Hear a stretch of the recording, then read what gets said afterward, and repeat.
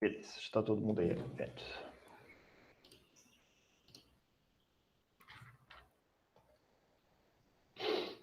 Então, na aula da semana passada, a gente falou sobre molde de função permanente por gravidade. Foi o nosso último assunto relacionado à parte de função. Então, agora a gente vai aprender alguns novos conteúdos referentes a processos de fabricação mecânica.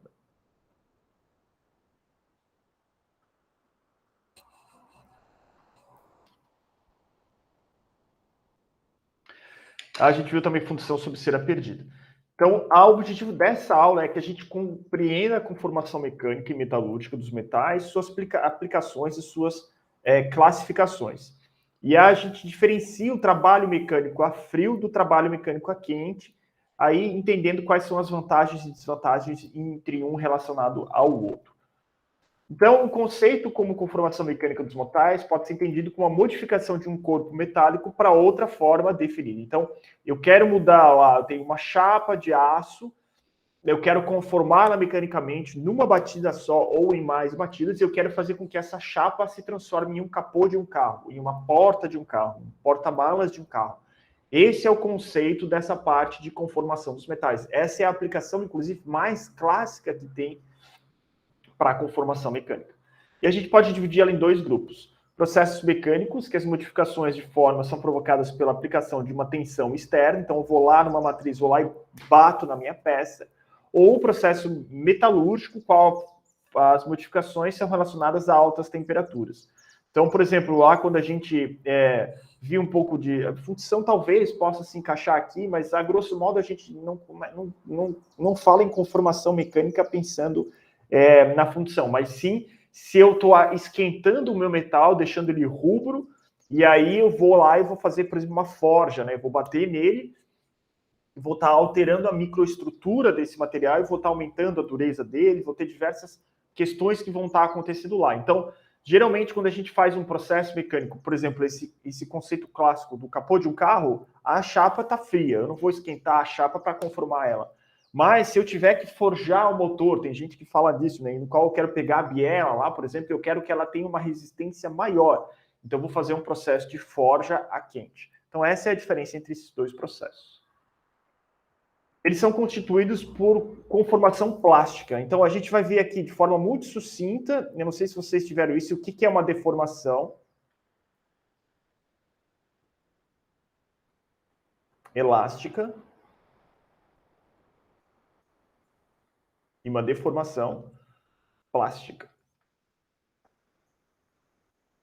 E a forma como eu tenho de dica para sempre entender o que é cada uma delas e para não se confundir, é literalmente pensar em um elástico. Então, se eu pego um elástico de tecido, eu puxo ele, eu solto ele, ele volta exatamente para o mesmo comprimento inicial. Então, o elástico eu puxo, solto, ele volta. Se eu pegar uma sacola do supermercado e eu puxar ela, ela vai se deformar plasticamente. Se eu soltar, ela vai retornar um pouquinho para o comprimento inicial, mas boa parte dela não vai retornar. Então, ela vai ficar mais comprida do que ela estava antes. Então, ela teve uma deformação chamada deformação plástica. Isso acontece nos metais também. Então, quando a gente pensa em uma molinha, por exemplo, a molinha ela tem uma deformação elástica alta, porque eu aperto a mola, solto, ela volta ao meu comprimento inicial, né? Já se eu pegar uma chapinha de metal e eu entortar ela e soltar, ela volta um pouquinho, mas não volta tudo. Então, ela teve uma deformação plástica. Então, as deformações são aplicadas, geralmente são inferiores ao limite de resistência e atração. Aqui é um outro ponto. Então, existem ensaios que a gente fala que é um ensaio de tração, no qual a gente puxa uma peça de metal até ela romper. E quando a gente está fazendo essas deformações, a gente não quer que a peça rasgue, a gente não quer que ela deforme. Imagina, eu fazer lá uma estampagem de um capô de um carro e lá na matriz esse capô fura. Essa peça vai virar refúgio, vai ser jogada fora.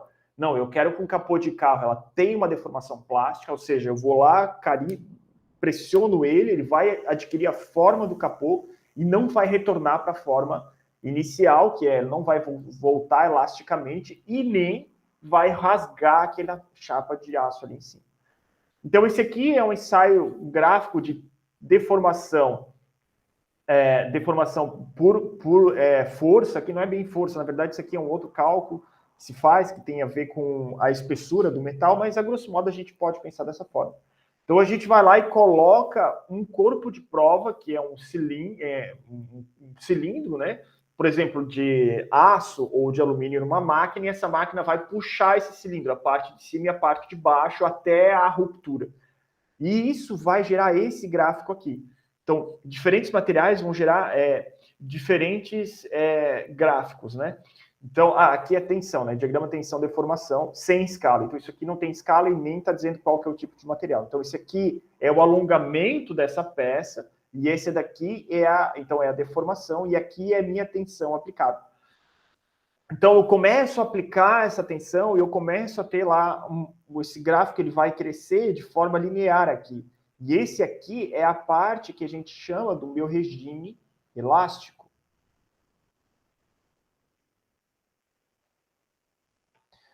A partir de um certo momento, eu começo a ter uma deformação plástica. Então, se eu trouxer o meu metal, eu puxar esse metal até esse ponto aqui, e eu parar de aplicar essa força, esse metal vai voltar para onde havia sido cometido. Então, vai voltar esse tamanho aqui, ele vai conseguir retornar ao seu estado inicial. A partir do momento que eu começo a chegar na região plástica, então aqui é plástico. Plástico. Eu não retorno. Então, eu apliquei uma deformação no meu metal, tirei essa deformação, ele não retorna para a sua região plástica. Aqui existe esse aumento aqui de tensão alta por conta do encruamento do material. Então, eu chego aqui no meu limite máximo de tensão que esse material resiste. A partir disso, eu tenho um empescoçamento, geralmente, do meu material, dependendo se ele for mais dúctil ou mais frágil, e aqui é o meu limite de ruptura. Então, aqui é a tensão onde o meu material rompe, ele quebra, né? Então, esse é o fundamento básico de um ensaio de tração. Então, eu tenho uma máquina aqui em cima, onde ela tem uma garra, eu coloco o meu corpo de prova aqui.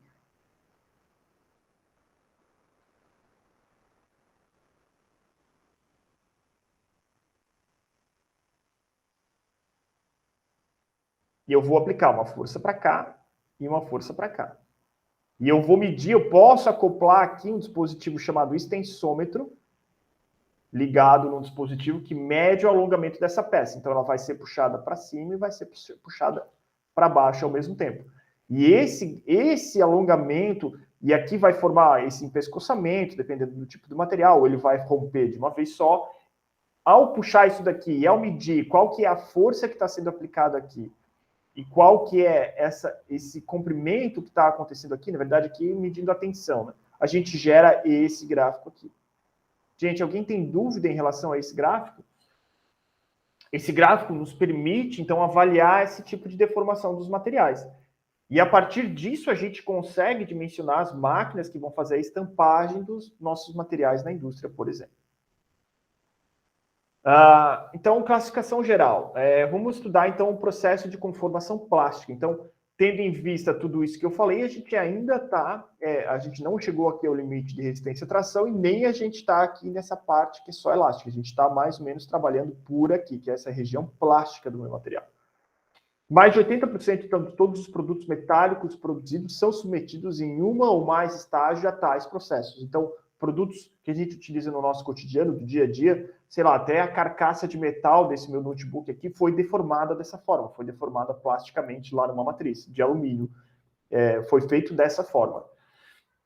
Então, os processos de conformação plástica dos metais permitem a obtenção de peças no estado sólido. Suas características são controladas através da aplicação de esforços mecânicos em corpos metálicos iniciais que mantêm o seu volume constante. Então, diferente da função lá, que tem toda lá uma coisa lá do volume, que aumenta, reduz, não sei o quê, aqui não, o volume é o mesmo. Então, a peça ela só é conformada plasticamente.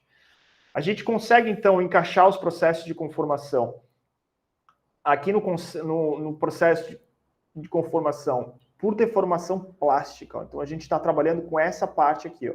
A gente tem por solidificação, que é o lingoteamento, soldagem, fundição, que a gente estudou, metalurgia do pó, a gente tem torneamento, fresamento, retificação, que a gente vai estudar mais para frente, mas a gente está falando aqui do processo de conformação plástica. Então, quando eu estou usinando o material no torno, por exemplo, eu estou rompendo o material. Aqui na deformação plástica, não, eu ainda não rompi o material. Então, tem vários tipos, laminação, forjamento, extrusão, trifilação, estampagem. A gente vai olhar eles mais a fundo nas próximas aulas, mas vamos ter uma ideia inicial deles aqui. Então, eles podem ser classificados de acordo com o tipo de esforço predominante. Eu posso ter um processo de conformação direta, conformação por compressão indireta, processo de conformação por tração, por cisalhamento e por flexão. Vamos dar uma olhadinha como é que é cada um desses aqui. Então, por compressão direta, predomina a solicitação externa por compressão sobre a peça de trabalho. E um exemplo é o forjamento e a laminação. Então, na forja é aquilo que eu falei, né? Então, eu tenho lá uma matriz, eu tenho uma peça que é colocada aqui dentro, eu posso esquentar essa peça ou não, e vou lá, bato nessa peça e ela vai adquirir o formato da minha matriz. Então, aqui tem um exemplo de forjamento a quente. Então, eu vou lá, coloco essa peça, vem uma matriz, bate e sai a peça. Ou um processo de laminação, no qual eu tenho uma chapa de aço, que ela tem uma espessura determinada aqui, e eu quero que ela tenha uma espessura menor aqui. Então, eu vou passar ela por 2 rolos cilíndricos muito rígidos, né? Que vão comprimir esse material ali e vão fazer com que eu diminua a espessura da minha chapa e ela fique mais comprida. Então, isso aqui é utilizado muito na indústria metalmecânica. De novo, no exemplo do carro, as chapas de aço, quando são transportadas nas nossas rodovias, elas são muito mais espessas, né? Então, elas chegam lá no processo de fabricação e elas são laminadas para que elas reduzam a sua espessura e virem a espessura do capô do carro. Além disso, isso aqui é um exemplo também existe aqueles laminadores, inclusive de macarrão, né, para te fazer massa de lasanha, por exemplo, funciona da mesma forma, é um processo de laminação. Laminação de chapas para joalheria, funciona tudo da mesma forma. Por compressão indireta, então as forças externas podem ser tanto de tração quanto de compressão, e aqui eu tenho outros exemplos, trefilação, extrusão e estampagem profunda. Então, a trefilação é esse processo aqui no qual eu tenho um fio que vai passar por uma ferramenta que tem... Então, aqui eu tenho um diâmetro inicial maior e aqui eu tenho um diâmetro final menor. E essa peça aqui vai passar aqui por dentro, então eu vou puxar ela por aqui, vou fazer uma tração nela e ela vai reduzindo a espessura dela. Isso aqui é muito utilizado para fazer anéis também. Então, tem lá a trefila, que tu tem lá um arame mais grosso, tu quer reduzir o diâmetro dele, então tu passa pela trefila. Claro que num processo de joalheria isso aqui é feito à mão, né? Então tu aponta lá o comecinho do arame, coloca na trefila, pega um alicate e puxa. E ele inclusive esquenta muito a peça, claro, né? Tem todo um atrito, tem lubrificação que é utilizada aqui. Outro exemplo é a estampagem profunda. Então, a estampagem profunda, eu tenho aqui uma chapa de aço e eu tenho um punção que é colocado aqui que faz a estampagem dessa chapa de aço. Vai virar um objeto. E aqui tem um exemplo do objeto que todo mundo aqui utiliza no dia a dia. Alguém saberia me dizer qual que é o exemplo de um processo por conformação, por compressão direta e estampagem profunda? Alguém consegue pensar dessa figura, imaginar um utensílio que a gente usa todos os dias? Panela. Exatamente, panela. Então, as panelas são conformadas dessa forma. E aqui tem exemplos de... Isso aqui é muito utilizado na medicina, né? Então, esse tipo de pote aqui, né? de cumbuca, né? Então, eu posso ter uma matriz que tem uma geometria diferente, não necessariamente só circular ou quadrada, né? Então, eu posso ter uma geometria dessa forma aqui. Aqui também parece alguma coisa tipo um ralo, alguma coisa desse tipo assim. Então, que também é utilizado a partir de um processo de estampagem. Conformação por tração, então, o principal exemplo é o estiramento de chapas, em que a peça toma a forma da matriz pela aplicação de forças de tração na sua extremidade. Então, tração já não é mais tão utilizado, mas eu pego uma chapa, eu traciono ela de um lado e do outro, e depois eu vou com esse pistão e vou fazer uma modelagem dessa chapa aqui. Então, eu posso ter uma geometria, inclusive, diferente aqui, não necessariamente só dessa forma aqui. Então, esse é o tipo de conformação por tração. Não é tão usual nos processos de fabricação, mas é um processo também utilizado.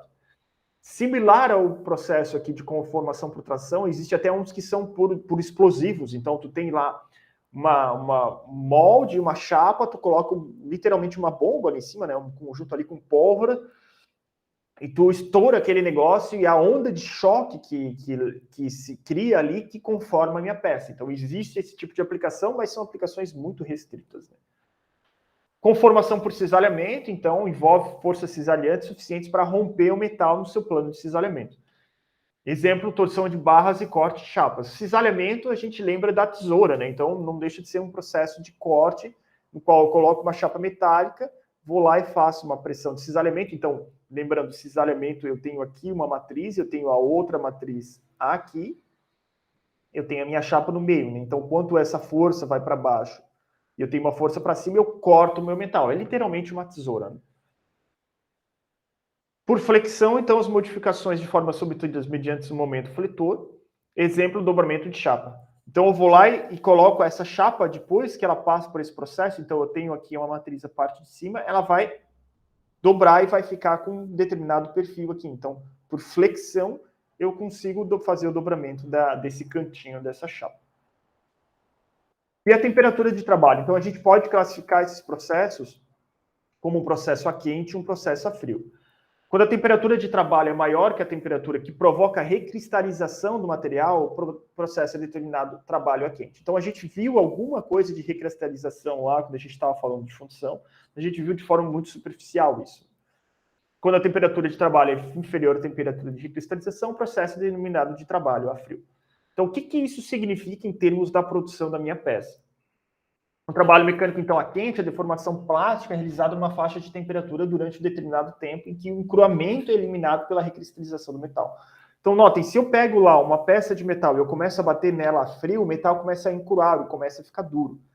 Se eu fizer um processo de recristalização, é como se eu pegasse essa peça, colocasse ela de volta dentro do forno, ligasse o forno, aquecesse até essa temperatura de recristalização, desligasse o forno, então é um tratamento térmico em que a gente chama de, a gente viu na última aula, de normalização.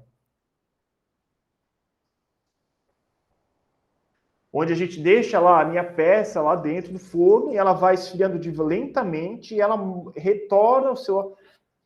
Os grãos ali dentro, eles retornam a sua característica original antes desse material ser encruado. Então, quando eu faço um trabalho mecânico a quente, eu já faço com que isso aconteça enquanto está acontecendo a minha... enquanto eu estou já conformando o meu material. Então, o meu material na sua condição encurada vai produzir uma energia interna elevada em relação ao metal não deformado plasticamente. Aumentando a temperatura, é uma tendência de metal retornar, então, essa condição mais estável de menor energia. Mesmo efeito pode ser obtido realizando o tratamento térmico de recozimento. Então, eu escrevi aqui, normalização, recozimento ali, é que eu posso só fazer um recozimento, né? Normalização é quando eu deixo lentamente esfriando no forno, tal, é um pouquinho diferente. Mas o recozimento funciona mais ou menos da mesma forma. Então, além de eu recuperar a minha estrutura cristalina desse metal, esse tratamento vai provocar uma diminuição da resistência mecânica e elevada ductilidade. Então, aqui eu tenho um exemplo de um trabalho a frio, então eu vou lá e passo pela laminação. Então, ó, eu tenho uma estrutura de um grão que está nesse formato aqui. Quando eu passo aqui, eles tendem a ficar mais alongados. E isso vai fazer com que o meu material fique bastante encruado, ele vai ficar extremamente duro. Então, se eu tiver que passar por um processo de laminação, lembrando que esses processos que eu apresentei aqui, não é que acontece só um ou outro na indústria, acontecem vários, né? Então, por exemplo, eu recebi uma chapa de aço, essa chapa de aço ela é laminada e depois vai ser conformada para formar o tal do capô do carro. Se tiver muito encruado esse material aqui, vai ser muito difícil de eu fazer a estampagem do capô do carro. A minha matriz vai se desgastar muito rápido. Então, o que eu faço? Eu já aqueço essa peça e eu já passo ela a quente pelo meu processo de laminação. Então, o grão que é formado aqui, quando eu aqueço, quando eu estou fazendo o recozimento desse metal, ele vai se manter depois que eu faço o meu processo de fabricação. Então, esse é o porquê eu faço uma laminação a quente do meu material. Beleza, gente? A nossa aula, então, é mais sucinta, mais rápida, porque eu sei que está todo mundo cansado aí. A aula de fenômenos de transporte, ela é mais cansada, é mais cansativa, né? Então, aqui tem os exercícios para vocês estarem resolvendo. Quais as diferenças entre o trabalho mecânico a frio e o trabalho mecânico a quente? Está aqui nos slides, a gente comentou. Como se apresenta o produto final conformado depois de trabalho frio ou a quente? Então, é essa mudança da microestrutura do material e do encruamento. Então, trabalho a frio, o material vai estar encruado, tudo mais. O material a quente, ele vai ser recozido ou vai ser normalizado e vai retornar ao tamanho do grão que era antigamente. E quais os objetivos principais dos processos de conformação plástica dos metais. Então, a gente também comentou em sala de aula. Beleza, gente? Alguém tem alguma dúvida?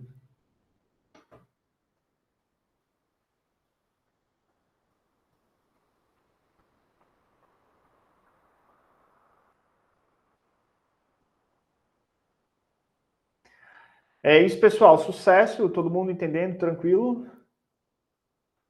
Opa, beleza, professor. Legal.